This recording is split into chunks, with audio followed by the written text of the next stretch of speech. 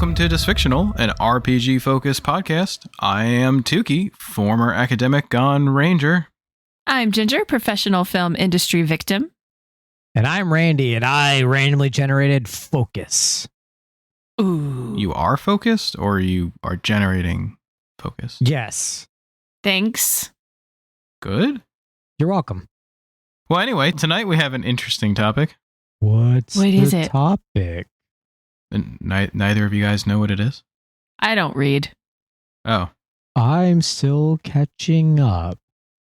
So yeah, I'm pretty sure Randy's on the right line of thought here. Is it something slow? Is it something that was in my backyard today? Well, I have no idea what's in your backyard, but it is the Tortle. Oh. Yes. Randy, you had a turtle in your backyard? As a tortoise, but yeah. Nice. Huh. What class was it? The gopher class, I guess. Interesting. What was it going for? So let's talk about the Tortles. It's a really cool, playable species. I like them. I actually do want to bring up something that, as a former animal industry field professional from a long, long time ago, I'm very passionate about, which is the difference between turtles and tortoises. All tortoises are turtles, but not all turtles are tortoises. Oh, that was the other way around. Damn it. Yeah. Okay. Do we know the difference between turtles and tortoises? Aren't tortoises specifically seawater? No. I don't know. Does one make a better soup Okay, I'll tell you. than the other? Oh, rude. Okay, so turtles are interesting because you can't really tell from their name what they're derived from, right? It's tortoise and turtle put together makes turtle. But they have some traits that lead me to believe that they are actually more tortoise inspired. Tortoises are land only. Turtles are water and land for the most part. Some of them are only aquatic, but most of the time turtles can be either or. But tortoises are land animals. This is a little bit supported in the turtle by the fact that turtles do not have a swim speed. They can hold their breath underwater for a long time, up to an hour, which tortoises also can do in real life, but they do not have a swim speed, and neither do tortoises. They also have a claw attack. And one of the main differences between turtles and tortoises is that a tortoise has clawed feet, while as for digging and doing things on land, whereas turtles have webbed feet. And they also do have little claws, but they're mostly for gripping and wouldn't be something that would give you, say, a melee claw attack style in your stat block. So I think even though it's turtle, they're more tortoise inspired, at least in their stats, than turtle inspired. So that was interesting to think about. I think it's also further evidence based off of their only real lore is that they're from a peninsula island with other lizard folk rather than being a part of like the sea or specifically in the ocean or around it. Yeah, and they do have a sort of propensity to be travelers, right? They're a nomadic sort of far travel species. So I think a lot of people think, oh, turtles, a lot of them are like on the sea, they're pirates, they're sailing around, they're wayfarers, things like that. But that's more from the nomadic racial trait than it is from their biological sort of inspirational ancestry, which is more, I think, again, terrestrial tortoise based. There's also no subclasses specific for them, right? So if they were based on a turtle, you could easily see them having like a land and a sea subclass or something, but they don't. Yes. There are some out there. I think there's some sources that mention possible ones of them, but I mean, to be honest, you could also, if you're looking for inspiration and want to make your own subclass of a turtle, you could easily take inspiration from real turtles if you want. So my conspiracy theory is that I think the name Tortle is actually tortoise people because they're a humanoid instead of tortoise turtle, tortoise and a people, turtle. I mean, I think you're right. People tortoise. I'm just saying. It literally doesn't matter to anyone but me, but I, as a former zookeeper, accuracy in my animal biology is very important. And I was like, I think these are tortoise people. I do also think that they did just combine tortoise with turtle, considering still tortoises are technically turtles. That like justifies the combination of it because, they do that. But the tor part means, well, it's got to be, and it could be like a pun with it as well.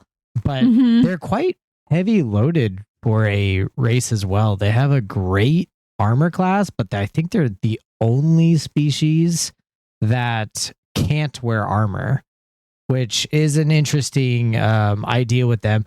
Great option for a spellcaster because it's the equivalent of splint armor, and the only thing better is full plate armor. They can also hide in their shell, which is a great addition to just adding AC. And you could be a tankier character and then just try to hide in your shell in like a hallway, and they have to get past you or try to knock you down or something like that. Yeah, the hiding in the shell is essentially the same as casting shield. Like it raises your AC by 4 instead of 5, but that's a really significant bump for that amount of time that you're off the map. It does give you other disadvantages, like you have dis on dex checks and, area effect saves and things like that. And I think in your turn that comes back, you can only use bonus action to unhide. So it kind of sacrifices a little bit of a turn. But if you're in real trouble, or if, like you said, you wanted to be an obstacle or something like that, it's a really great buff. Yeah, I mean, honestly, not being able to wear armor sort of makes sense, right? I mean, you try fitting a half plate around that shell. The one thing I did think was weird with them is that I believe they can be classified as either a small or medium creature, which I found a little bit strange just because they're with their shell and everything. Even if they were on the shorter side, they still would take up a decent amount of space, and they're pretty dense, right? I think they typically weigh quite a bit. They're on the heavier side. So having a classification that's a small for a turtle always seemed a little bit weird for me. Just feels like they'd be more naturally a medium. So while from the Monsters of the Multiverse, it did have them with both sizes, although now every race can be small or medium, I believe, at least the ones in the new player's handbook. But there are small turtles and tortoises, so it is pretty easy to see them being a smaller one, maybe like a foot or 2 or 3 feet tall. And yeah, they could still be like 100, 150 pounds, but so are dwarves, and dwarves are usually medium as well, but you could still have equally small creatures that still weigh a lot more. They're just smaller, so they could still go into certain areas.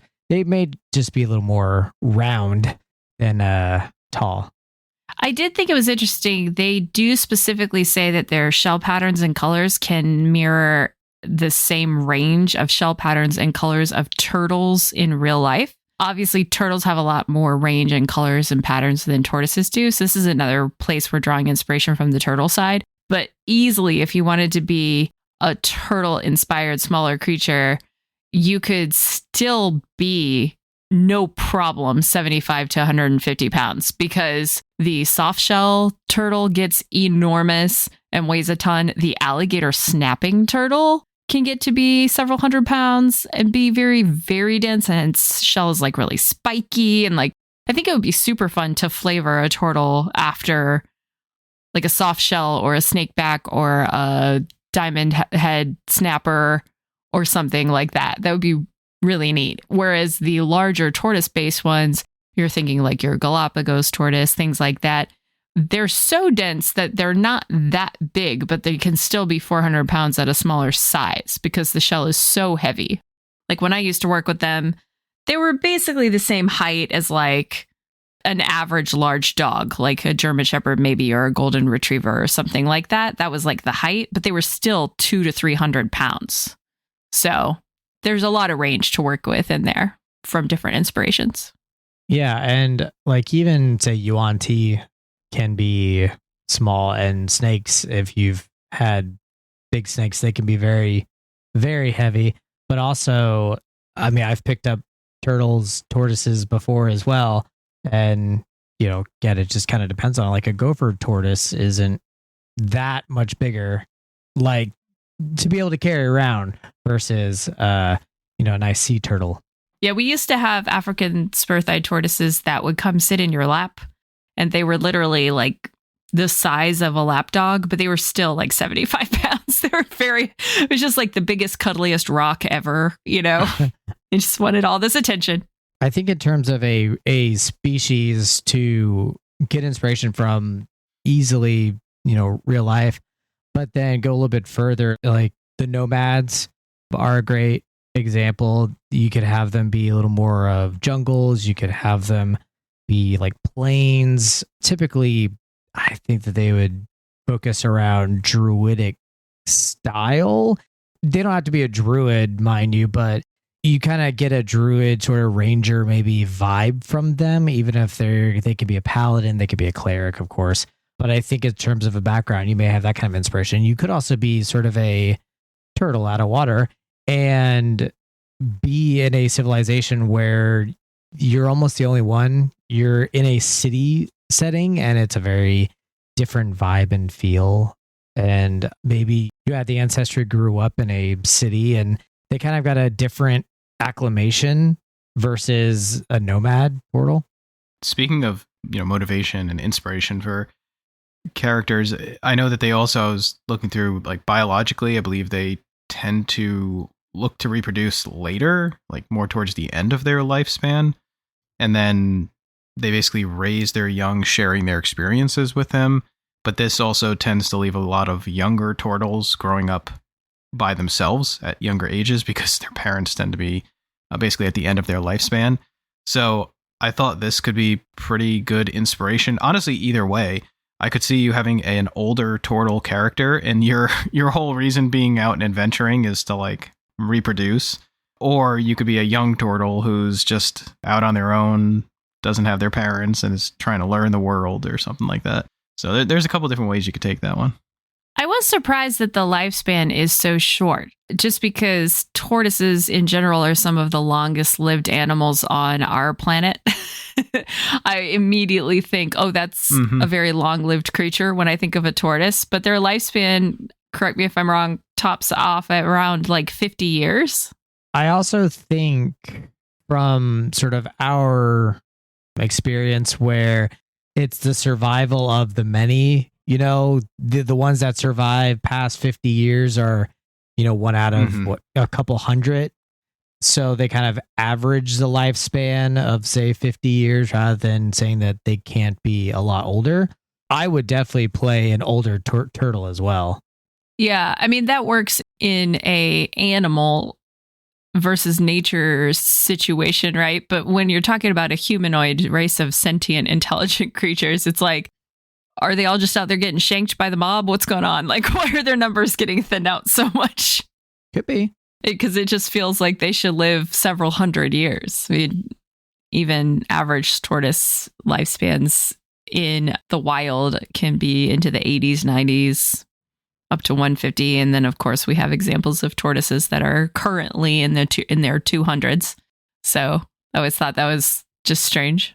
That is one small note with the turtles is that similar to turtles and stuff, they do tend to eventually leave their young, and turtles only by about a year old are left to fend for themselves. So they could just average lifespan, maybe 100 or 1. We'll meet in the middle there. So you're 99 years old and you're like, I gotta have a baby right now. And you're hitting on everything that moves. Maybe it's a bard.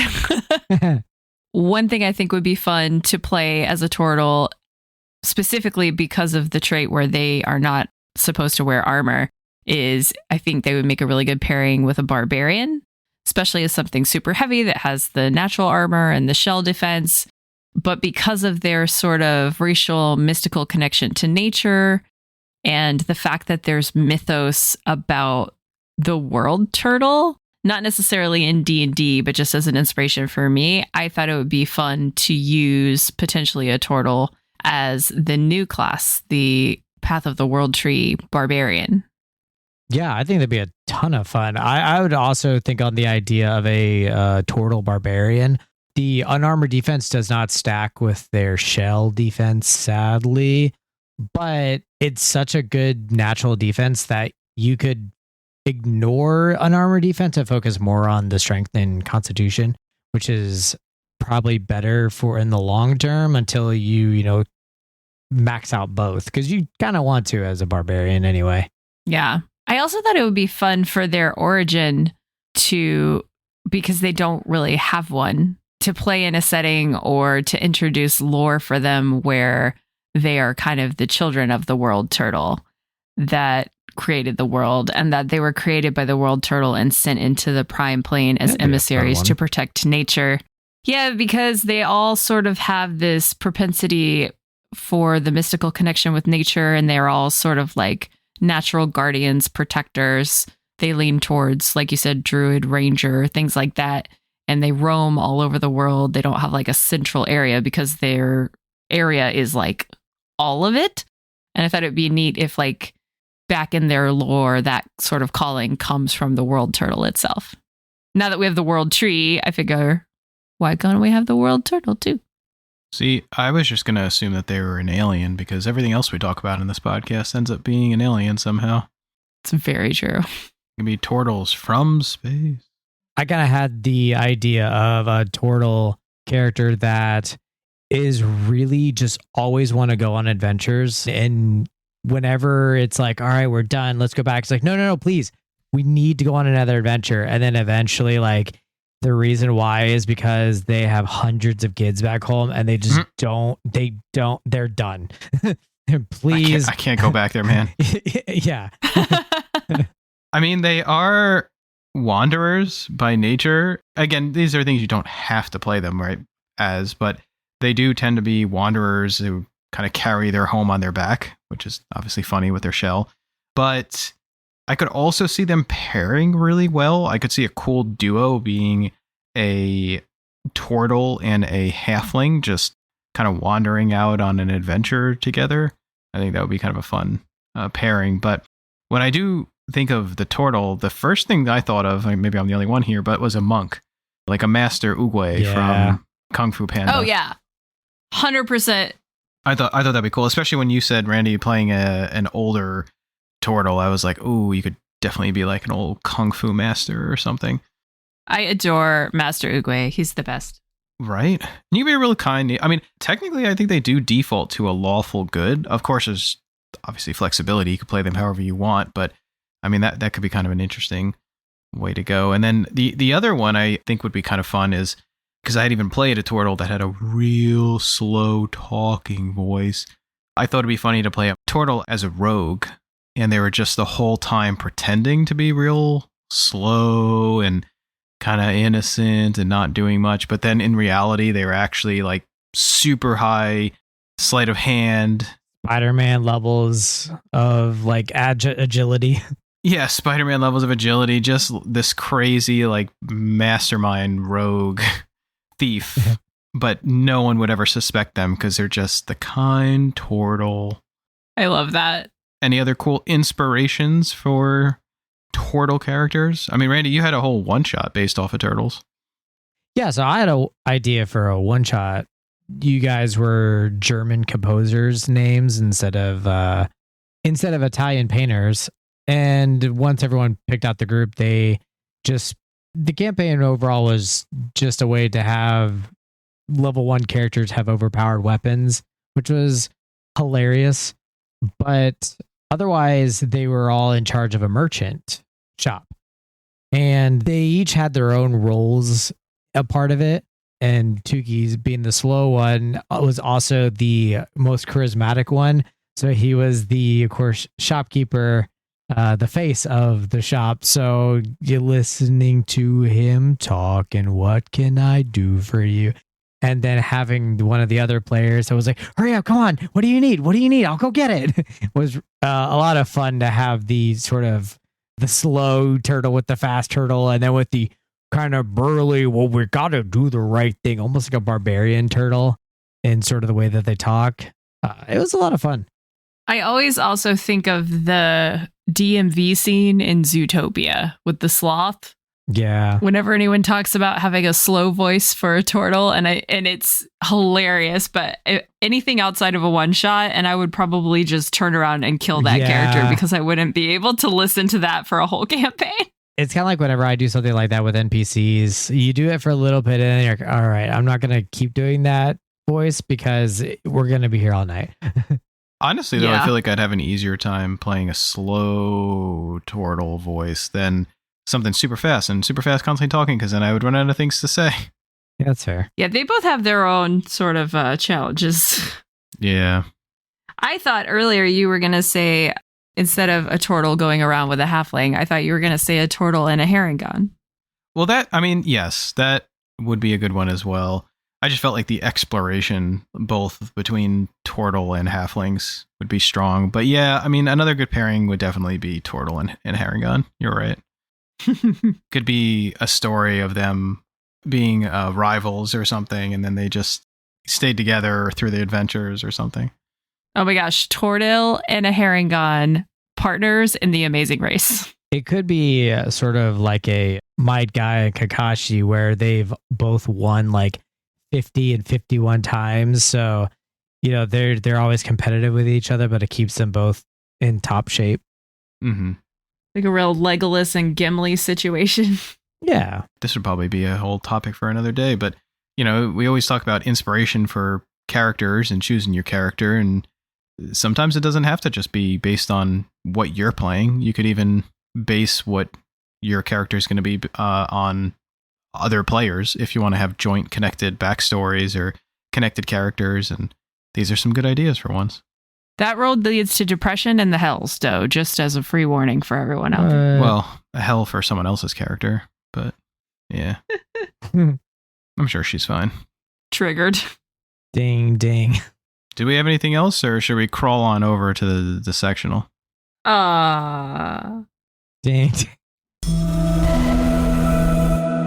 I hope everyone's ready for some dissectional. It's a segment where we ask biological D&D questions for monsters that no one was asking for.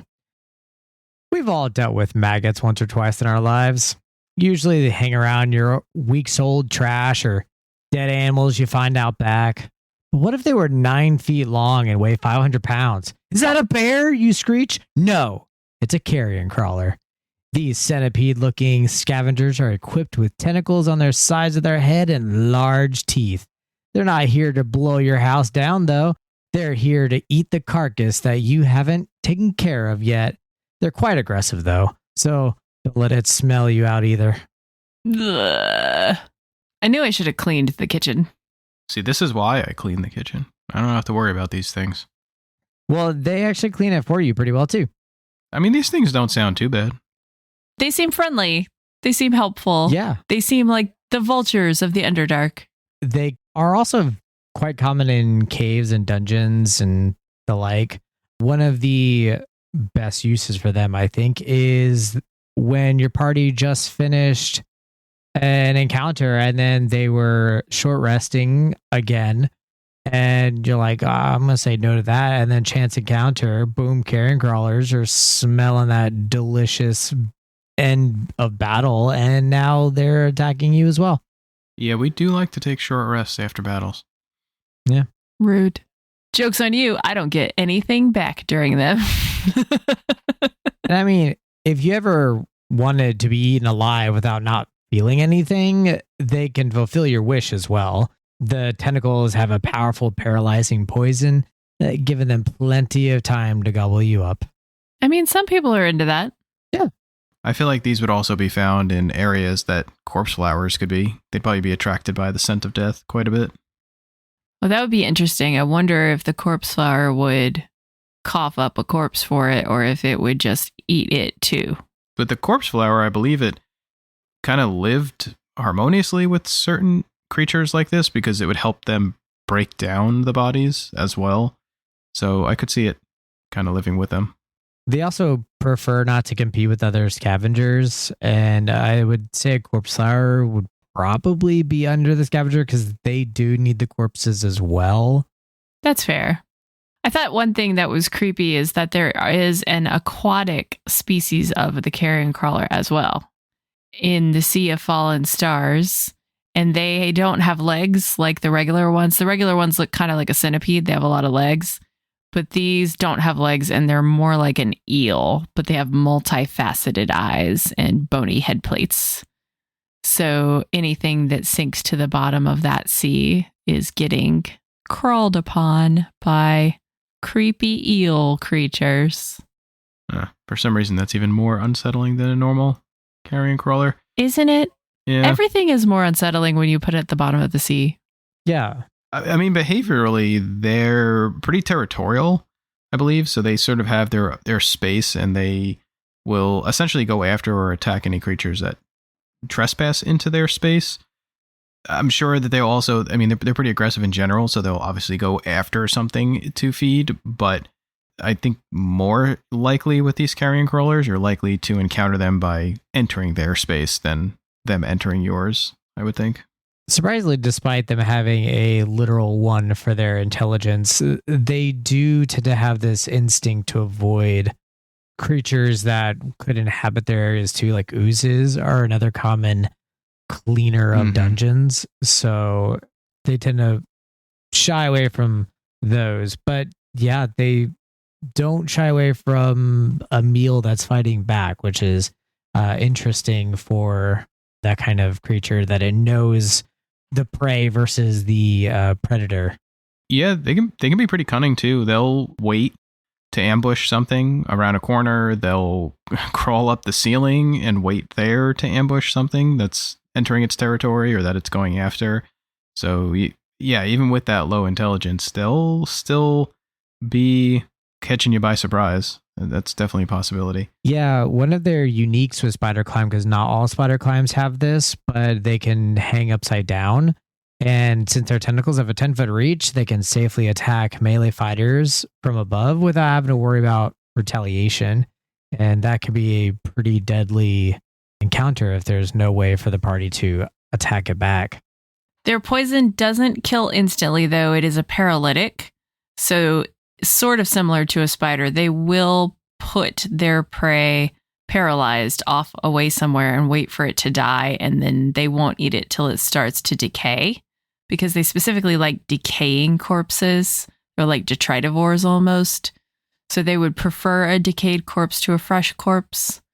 That same paralytic poison is actually their brain juice that they can deliver in an attack, and you can extract it by basically just beating it out of their brain. You can extract it, or you could just take its head off, beat it out. And the fact that it's so easy to access and simple to obtain without losing the poison in the process is something that made it a common target for orcs. So a lot of orcs hunt these things for that paralytic poison. This does, though, lead to more areas that could be confusing if you run into them. So, I mean, you're just as likely to kind of be wandering into an area, getting a smell of death, and it could be a corpse flower, or it could be where a carrion crawler is hiding all of its rotting corpses at the moment. I feel like there could be a few different ways to kind of run into these things and not know what you're running into. Yeah, a bunch of zombies. You fight them, you go, phew, but there was carrion crawlers behind them. Oh, crap. Yep. Or it could just be an innocent wolf cave in the winter, and they killed a deer there, and there's nothing really scary there at all. True. Could be. They have, I don't know how good their vision is, per se, but I know they have a pretty decent perception because of their strong sense of smell. So they also definitely have ways to find what they're looking for. I'm not 100% sure how good their vision is, per se. I don't think it's any worse or better than other things we've talked about. Yeah, it has a dark vision like a lot of creatures, kind of your average perception, but their sense of smell is their key factor. Kind of like wolves. They get a little advantage for the keen smells.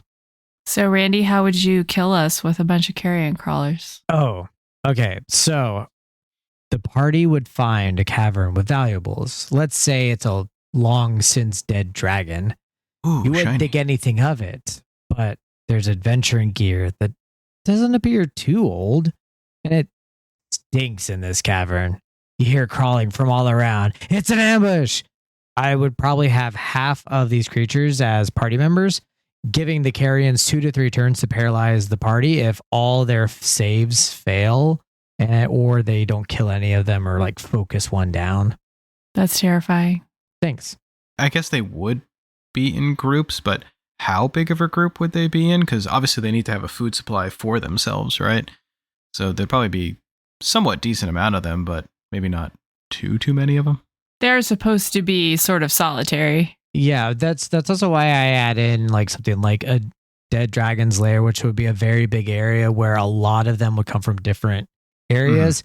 That could be almost like let's say like an open bar for them, but they each have their own little territories aside from that.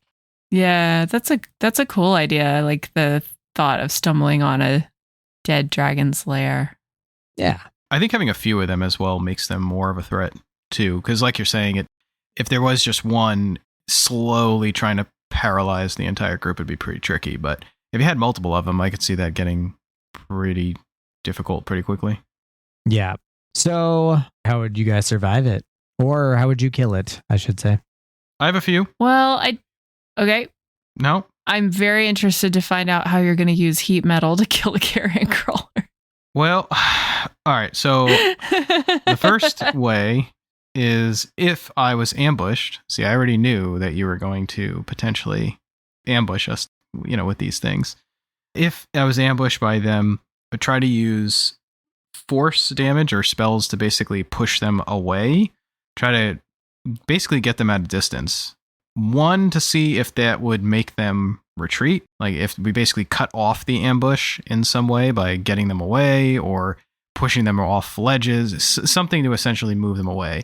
If they stopped pursuing, then you could escape. If not, then it would give you more distance between yourself and them and hopefully try to avoid that paralysis. And now even with more like the weapon masteries, you could use weapons with slow, basically try to keep these things at bay while you whittle them down. If you're not able to basically get them away from you, again, trying to disable their movement anyway. If you're within melee, trying to avoid, but probably try to aim for their tentacles, because I believe that's kind of one of their main sources of attacking besides their bite. So if you can kind of try to take out the tentacles first, focus them down. If you're using spells on them, probably lightning or ice, again, something to stun them or something to slow them. The other way I had, and this is not use heat metal. I'm sorry, I'm failing everybody today. No. Typical. I would use prestidigitation to potentially lure them. So if we were not ambushed and we were able to set up something for one that we knew was in an area, you could lure it to a scent of death and then spring a trap on it there. Either capture it or get the surprise on it. Yeah, they're very weak with range. So if they don't get the jump on you, it's kind of like a gelatinous cube, honestly, where they can't do much at a distance. So they have to ambush to do anything to the party. I was going to say for my ideas, range obviously is always my first choice for any kind of super creepy tentacle monster with a 10-foot reach. But also this one has a huge weakness, which is that low intelligence and charisma. So potentially any kind of charm spells, hold monster, dominate, confuse, command, things like that, I think would be good for the casters to have in their arsenal against something like this. Yeah, bearing in mind that one intelligence has some spells aren't effective on too low of an intelligence. Now I'm True. wondering if instead of prestidigitationing the scent of death on something else, if there was multiple of these things, maybe you could put it on one of them and then the rest would attack it, thinking that it's dinner, turn them on themselves. Yeah, possibly. I mean, they're really, really stupid. But they are wise, so it's hard to say. I mean, despite them looking like centipedes, I do consider them to just be giant maggots. So I would probably think like maggot-related ways. I think the pulling them with the scent of death is a pretty cool idea. Like bait them out if you know that they're there, which is I think the intent of how to kill it.